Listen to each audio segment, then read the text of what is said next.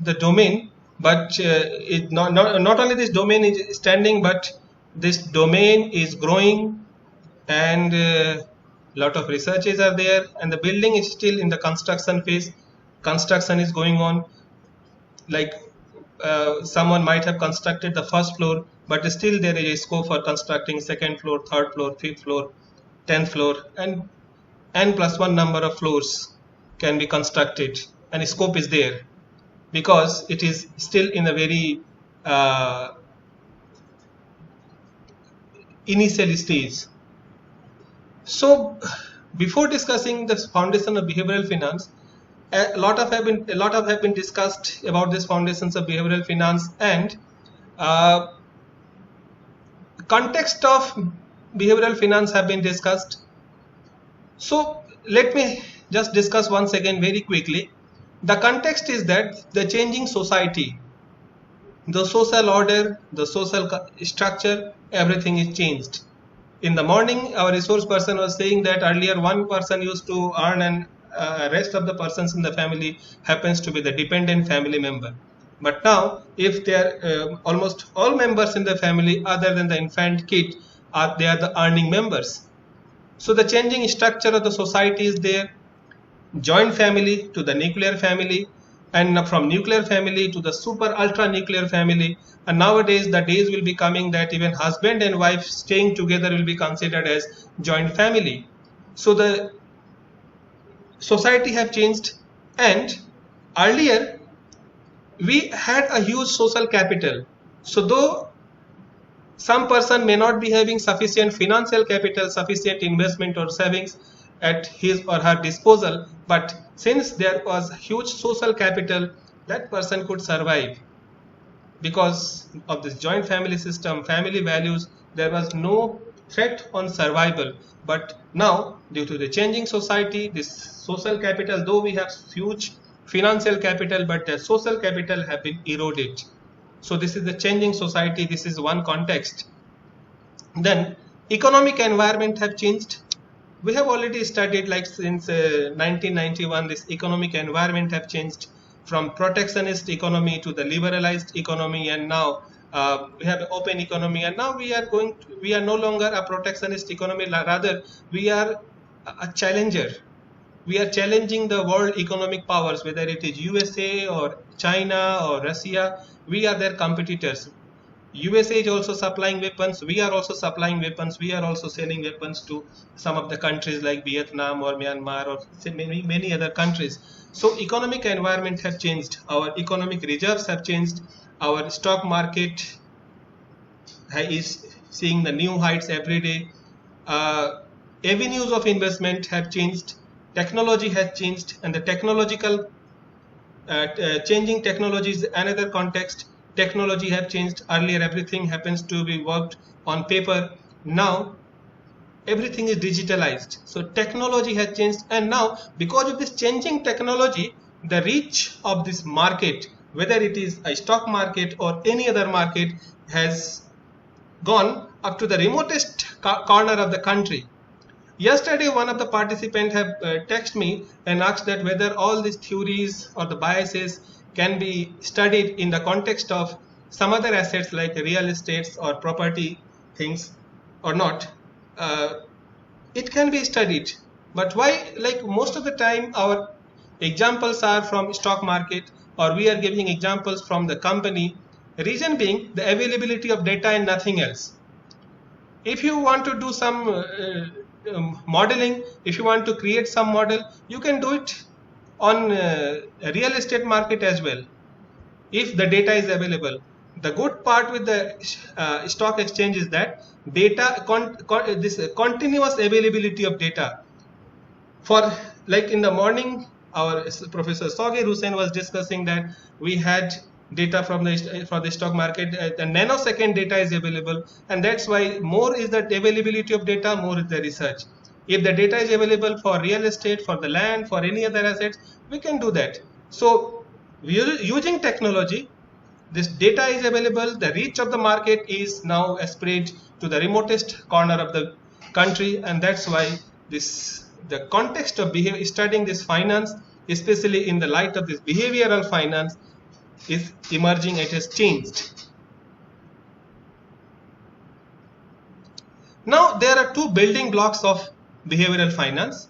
There are two blocks on which this behavioral finance stands. One is the limit to the arbitrage and second is the psychology. These are the two building blocks, limits to arbitrage and psychology, on which this entire discipline of behavioral finance it has emerged. Now we'll see how actually limits to arbitrage is contributing to the growth of behavioral finance. First of all, let us understand arbitrage. Arbitrage is simply buying from one market and selling it in another market, and it is actually a riskless profit. Okay, simply there are an arbitrager, he or she tries to just gain out of the price differences in the two market. If a particular product is available at one price in one market and at a higher price in another market, what the arbitrager will do, he will simply buy from one market and sell it in another market, and in the process that arbitrager will make a gain of certain amount. Here the example is $1 and $5. It may be anything, and in case of big deals, even a margin of a certain paisa, certain fraction of money makes a huge difference. So this is the arbitrager used to do. And arbitrager is very important in any system, because of arbitragers the mispricings happens in one market are actually corrected because of the arbitragers, and ultimately we believe that prices in the long run they attain equilibrium. This is actually the theory. Theoretically it is explained, arbitrager.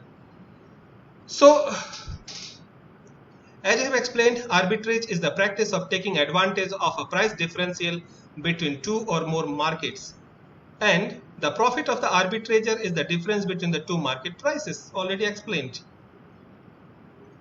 And arbitrage, it does not involve any negative cash flow at any probabilistic or temporal state. Rather, it involves at least one positive cash flow.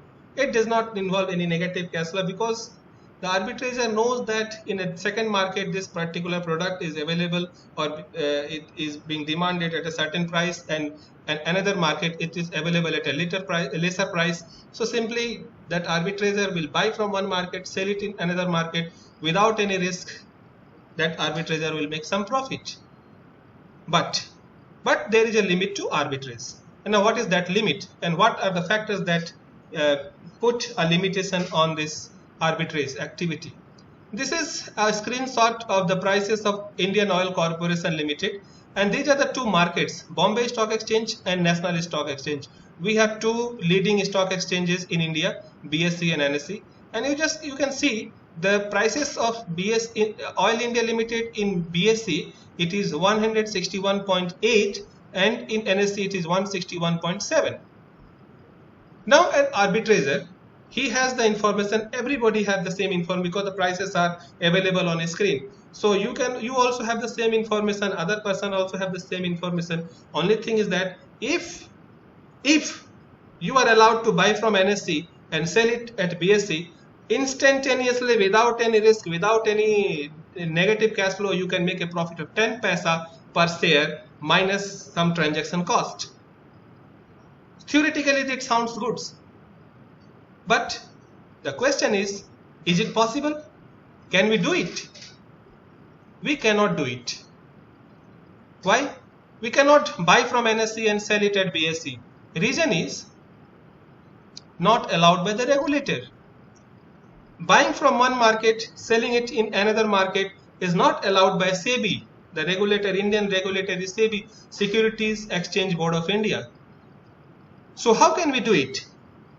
Buying from one market, selling it in another market is allowed only in case of futures, but equity, direct equity is not allowed. So the first limitation imposed is by the regulator itself. There is a limit to arbitrage. Now we have seen that after some time the prices of Indian Oil Corporation on the same day, just you see it was 161.7 and 161.8 in two markets, and on the same day after some time it is 161.7, 161.7, immediately the prices are corrected. Is it because of arbitrage? Definitely not.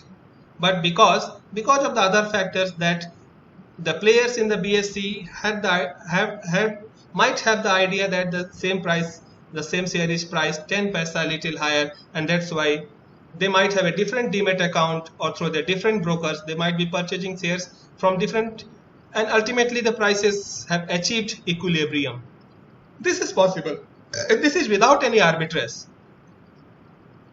Okay. So the question is, what limits the arbitrage opportunity? So the answer is market efficiency. In the very first day, we have discussed little about, or we have been told about efficient market hypothesis. We know that efficient market hypothesis, there are three forms of efficient market hypothesis: weak efficient market, semi-strong form, and strong form. A weak form of efficient market hypothesis, it says that all historical information is reflected on security prices. It means the price that 161.7, a believer in efficient market hypothesis, he started or she started believing that this 161.70 is actually reflecting all the historical informations. Means any information related to that particular security is instantaneously discounted by the market, and the prices reflects that.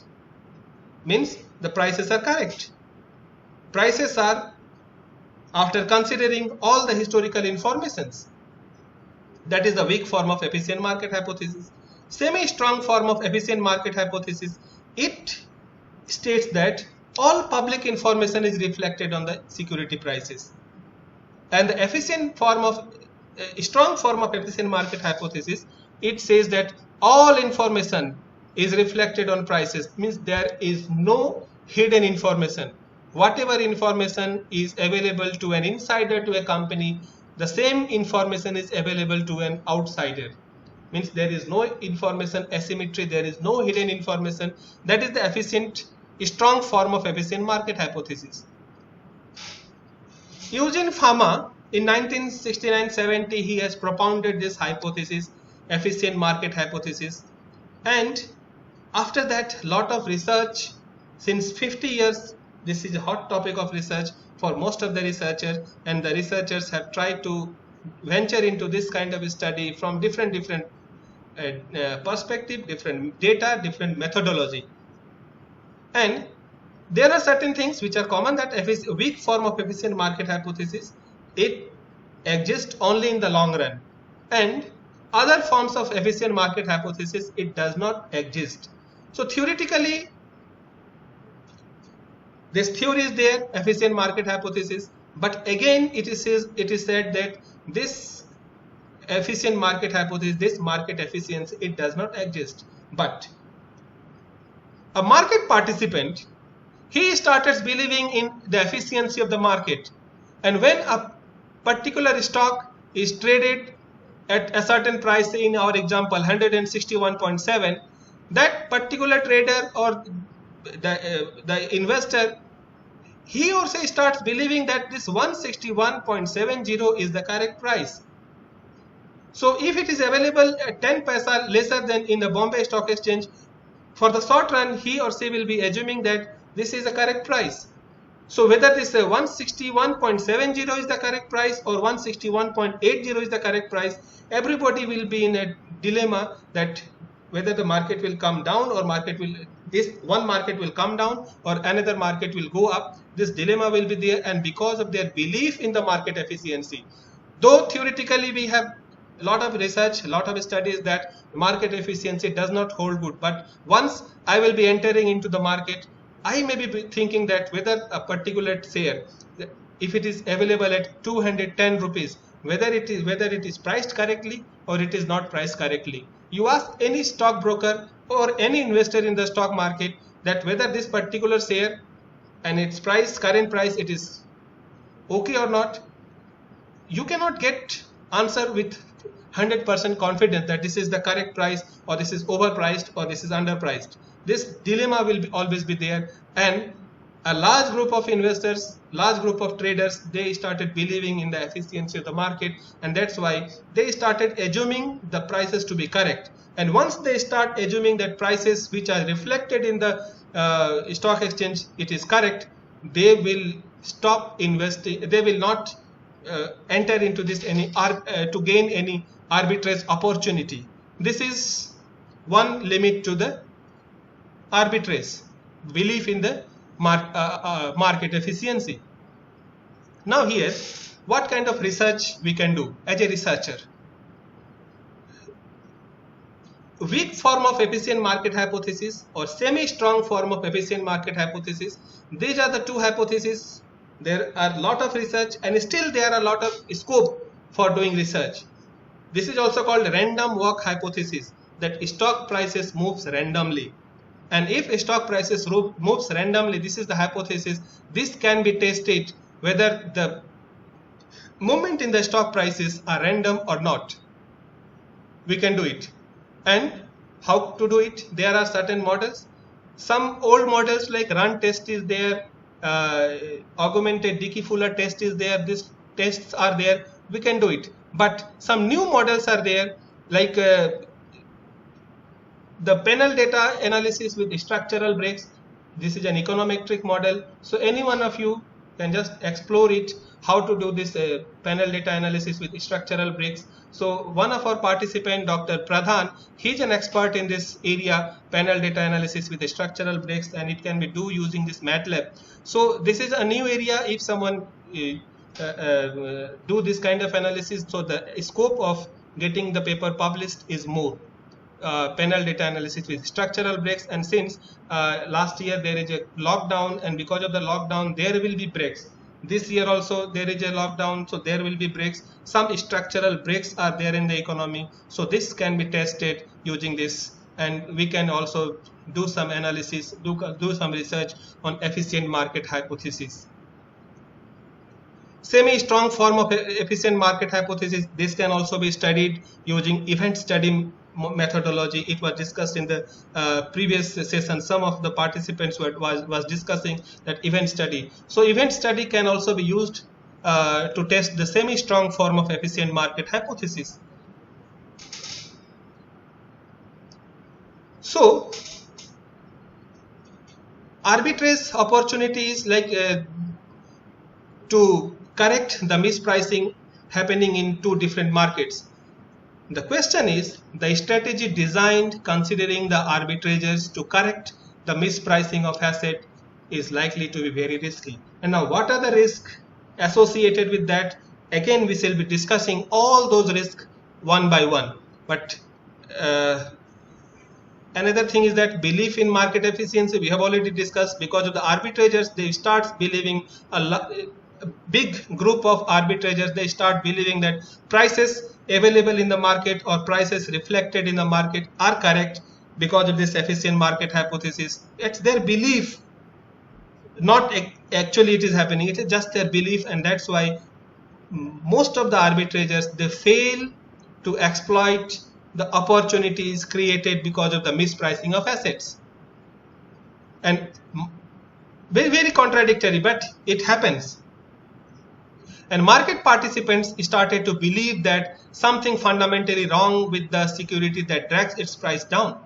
Yeah, like if suppose in the very first class I was discussing that some of the companies' stock prices, they came down significantly, and those who do not study or those who do not do this analysis very well, many a large part of the market participants, they started believe that this particular stock is down not because of anything, but because there is something fundamentally wrong in this company, and that's why its prices are down, and that's why I should avoid this stock.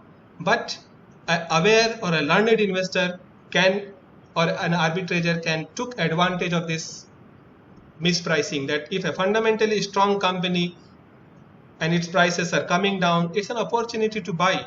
but only thing is that we need to identify whether it is a fundamentally strong or not. And again, there is no litmus test to identify whether a company is fundamentally strong or fundamentally weak. There are certain parameters, but again, all these parameters are subjective. So ultimate thing is that it's the experience of the investor that plays a very significant role.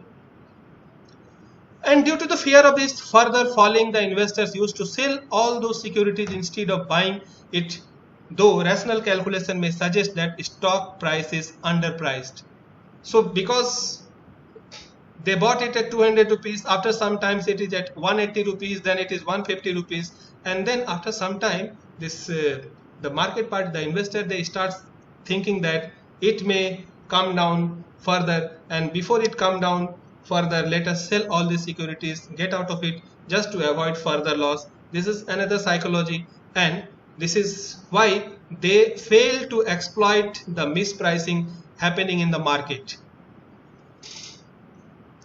So the question is, does arbitrage opportunities exist? Yes, it exists, but why they are not able to exploit that opportunity? Because real world arbitrage is always risky, and no riskless hedge for the arbitrager. Though initially we discussed that it's a riskless profit, but again it is very risky.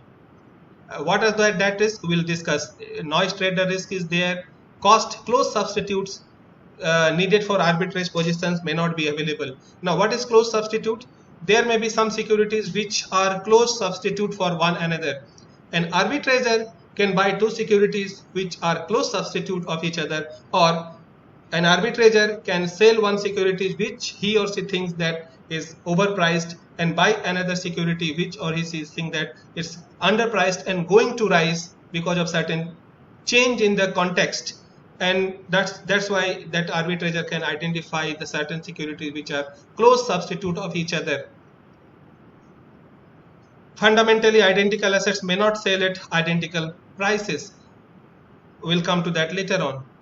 So when the security price rose up, the investors started to believe that the stock is fundamentally strong. Like the case when the security prices starts coming down, the investors started believing that there is something fundamentally wrong in that company, and because of that security prices is coming down. Similarly, when it starts going up, the investor, they started believe that the stock is fundamentally strong, and that's why it is going high and high. And as against selling that overpriced stock, the investors keep on buying it. So the reverse is happening. As Professor Kesav Rao have said, quoted Warren Buffett, that be greedy when others are fearful and be fearful when others are greedy. So when stock prices are coming down, it means that majority of the investors are fearful, and that's why they are selling. And if majority of the investors are selling, one should be greedy. It's a time to buy, because the same stock is available at a cheaper price. So at a lesser price you can have more number of stocks, but at that time when actually it is a time to buy, people start sell. And when actually they should sell their security, when the security prices are going up, people starts buying the same security once again in an apprehension that it will go up further and it will see a new high. So these are some of the fundamental flaw people may does in this stock trading. Does risk also have a role to play in limiting arbitrage? Risk, as we have discussed, that arbitrage is not risk free. Now the question is whether risk also have a role to play. Definitely it have a role to play. How and which risk? There are different types of risk. So first of all, it is the fundamental risk. Fundamental risk, like which is not particular to one security. It is for almost all the securities, or all the securities in a particular category. It is affecting all. For example, if there is a war between India and China, now you cannot say that only oil will be affected, or only IT sector will be affected, or only automobile sector will be affected, or only banking will be affected. Because if there is a war, all the sectors will be affected. Because of this lockdown, the COVID-19 lockdown, it's not that only one particular sector is affected. Almost large category, a large number of companies are affected because there was a lockdown. All the companies are affected except a few that we have discussed in the first class, like IT was rising because now there is all of a sudden huge demand for IT product. Automobile was significantly doing good because all of a sudden people stopped using public transport because in order to maintain social distancing. So automobile sector have got a boost. Some FMCG companies, they have got a boost because लोग घर में रहेंगे तो खाली खाएंगे और क्या करेंगे, तो FMCG companies, they got a boost. So but fundamental risk is that this is not specific to one company. It is entire economy or large part of the economy is affected. This is fundamental risk. So it is exposure to loss from a situation affecting a large group of people or firms, like natural phenomena such as earthquake, flood, hurricane, corona, lockdown or war. This kind of situation is there. Social phenomena such as inflation, unemployment, etc. So this is, so because of this, and if you remember in March 2020, now the Sensex is around 51,000, 52,000, and in March 2020 the Sensex was at the level of 25,000. From 41,000 it came down to 25,000, and still there are many people who could not took advantage of that mispricing, that fall in the stock prices, that stock crash. That was a good opportunity to took advantage of that crash, but people could not. Because of this fundamental risk, everybody was affected. So there was a fear, there was an apprehension. So that's why, though there was an arbitrage opportunity available, but many people, they could not. Another example, arbitrage, just a few minutes back we talked about this close substitute. These are the two companies, Oil India Limited and Indian Oil Corporation. Now those who are familiar with this petroleum industry, they must be knowing that this Oil India Limited, it is an upstream company, Indian Oil Corporation is a downstream company, and one company's output, this Oil India company's output, is the input for Indian Oil Corporation. Oil India Limited, its job is the exploration of petroleum product, crude oil, digging wells, extraction of crude oil, then transport it and sell it to Indian Oil Corporation. Now, if there is a rise in the international prices of crude oil, because Oil India Limited will supply this crude oil to Indian Oil Corporation at the international prices, that every day we used to hear in the newspaper or news that crude oil prices, the Brent crude, it is touching a new high or new low as certain things are happening. So ultimately these are the international prices, and though Oil India Limited or ONGC, they are the domestic companies, but they will supply crude oil to Indian Oil Corporation at the international prices, only. So if there is a rise in the international prices of crude oil, it is the Oil India Limited whose sell price will be higher and Oil India Limited will be benefited. But as I told that the output of Oil India Limited is an input for Indian Oil Corporation. So by the amount Oil India Limited will be benefited, Indian Oil Corporation will be the loser with the same amount, because it has to pay more for the input.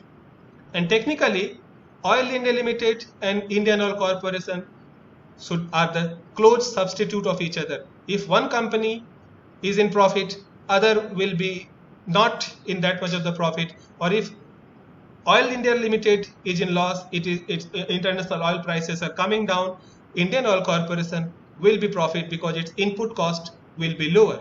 But here on the same day, this is the price screenshot of moneycontrol.com. On the same day, Oil India Limited is also falling, IOC is also falling. Both the companies are falling. Now you just tell बड़ी शिद्दत से हमने एक portfolio बनाया था कि अगर एक घटेगा तो दूसरा बढ़ेगा, बट एक को संभालो तो दूसरा रूठ जाता है, बट यहाँ दोनों रूठ गए, दोनों ही नीचे जा रहे हैं. Now why? Because of the factors beyond our control, and that's why all securities are falling, and this is actually because of the fundamental risk. Yes, the example that I was giving, the fundamental risk. Why? all sectors are falling, whether it is Oil India Limited or Indian Oil Corporation, all sectors are falling because of certain news in the economy which is coming, which is affecting the entire country, entire economy. So whether it is a substitute category or not, other than that category, all the companies are falling. So all securities are falling, and the question is, are they really substitute? Yes, they are really substitute, but why they are not arbitrage opportunity available?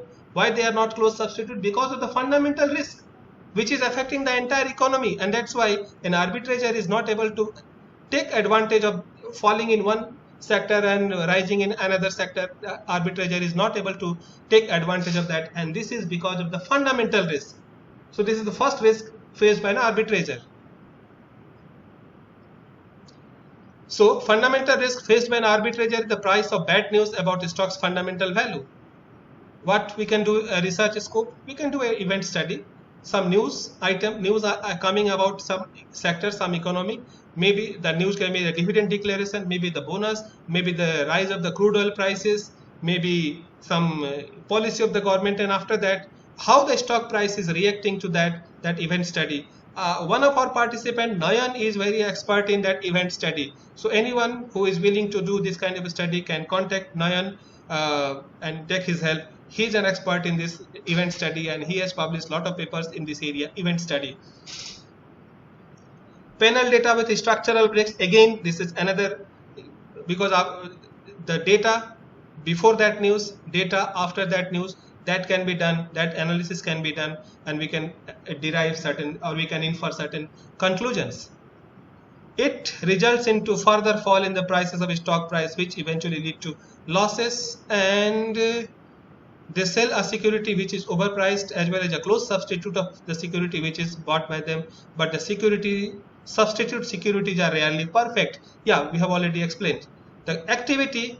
Now, as a teacher, you can ask your students to identify securities or assets which are close substitute to each other. Now, one clue I am giving, that you can ask a student to identify certain securities in the stock market which are close substitute of one another.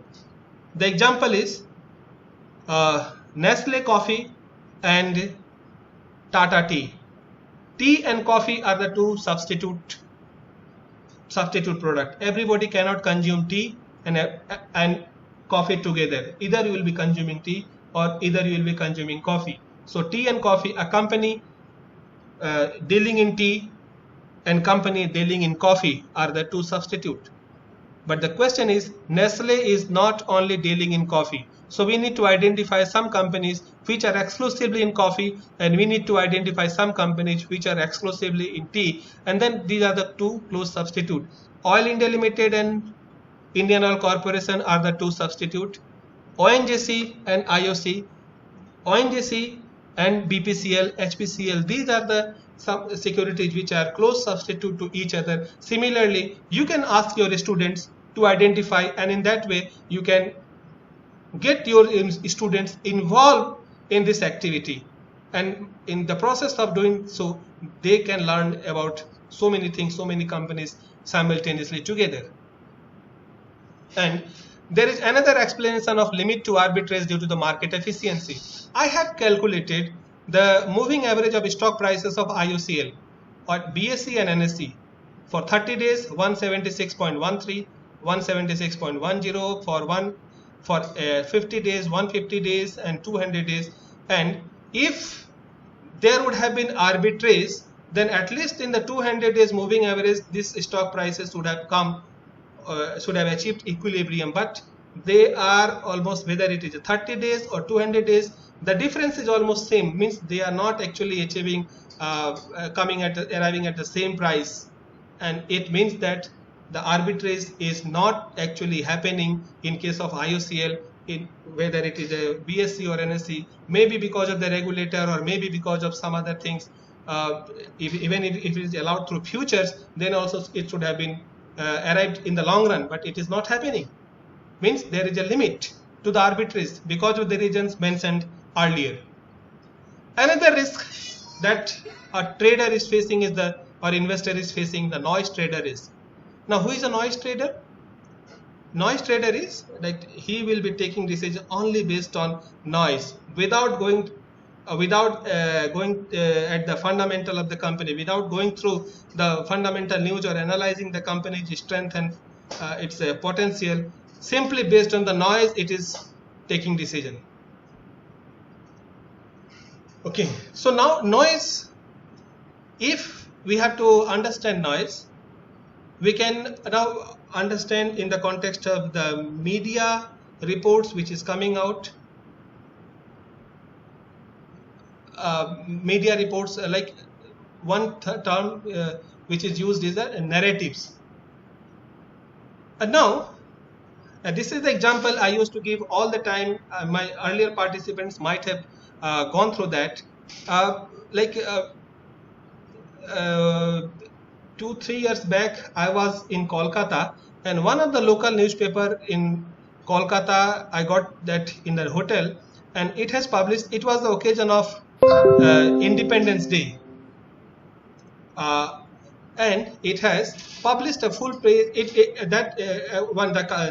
has published an advertisement of one of the company, which is actually a car rental company, and the advertisement was कि 70 सालों में हम अपने देश को traffic jam से भी मुक्ति नहीं दिला सके. Okay, now this 70 saal, now it is actually 75 saal is going to be 75 years. We are not able to give, we are not able to accommodate the traffic of our country. We are not able to provide suitable roaming position to our people, or we are not able to give our country freedom from the traffic jam. Now the moment we'll hear 70 साल, because 70 साल का जुमला हमेशा चलते रहता है, 70 साल में ये नहीं हुआ, 70 साल में वो नहीं हुआ, for the last 70 years this has not been done, last 70 years that has not been done, 70 साल, and the moment we hear 70 साल, okay, nothing has been done. But my dear friends, ask yourself whether the question of or the problem of traffic jam is 70 years old. In 1997, a movie came, Raja Hindustani, where we have also seen the movie where जहाँ hero गाता है, आए हो मेरी जिंदगी में तुम बहार बनके, और पूरा उसको एयरपोर्ट से घर लेके चले जाता है, कहीं पर जाम नहीं मिलता है. This is the situation, but the problem of traffic jam is not 70 years old, but we are actually creating a noise. And when our Prime Minister Modi ji used to say कि पिछले 70 सालों में कांग्रेस ने कोई काम नहीं किया, और जब ऐसा बोलते तो अपने भी 5 साल जोड़ लेते हैं. But 70 साल is a jumla which works very well. Ashwasthama Vad is an example of noise. A noise was created in the years of Dronacharya, and just looking at that noise, he left everything, he put down his arms, and ultimately he got killed. It was noise. Ashwasthama Vad. Ashwasthama Hata. But a noise was created, and that's why he could not hear Iti Gaja. That part was not audible to him, and ultimately he got killed. So this noise trader is a kind of investor found in the stock market that makes decisions regarding buy and sell of securities without the use of fundamental data. Everybody is buying, so I will also be buying. Everybody is selling, so I will also be selling. I will buy because so and so have bought, and I will sell because so and so have sold it. Simple. So investors have poor market timing. They follow trends and herds and overreact to good and bad news in the market. And ultimately, these are the people who are sometimes market disruptor also, because the number of this kind of people are very high, and ultimately more number of people are just behaving or just following the herd just because of the noise. Ultimately the market gets disrupted. As on the very first day I told you that majority of the market crashes are without any news. Just because of the noise, the market crashed. So higher the volatility in the market prices for a particular security, the greater associated noise trader risk is there. And security prices are underpriced primarily due to the behavior of the pessimistic investors.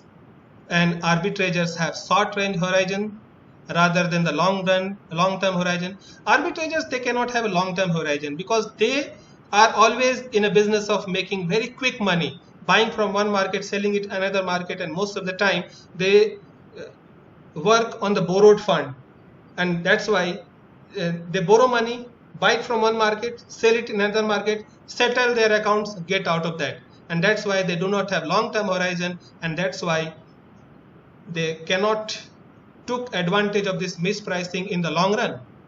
And when investment opportunities are most attractive and there is a good opportunity to buy, the arbitrator have to sell the securities. This happens. Now, what kind of research we can do related to the noise trader? We can ask our students to collect data when the market is rising and collect data when market is falling. What kind of data? Related to any of the biases. We can choose any of the biases. And just collect the data from the participants, from the investors and traders when the market is rising, and the same instrument and from the same investors we can collect data when the market is falling, and we can compare. And I think that can be a wonderful paper and new dimension to this behavioral finance. Case studies are another dimension. Some of the case studies we can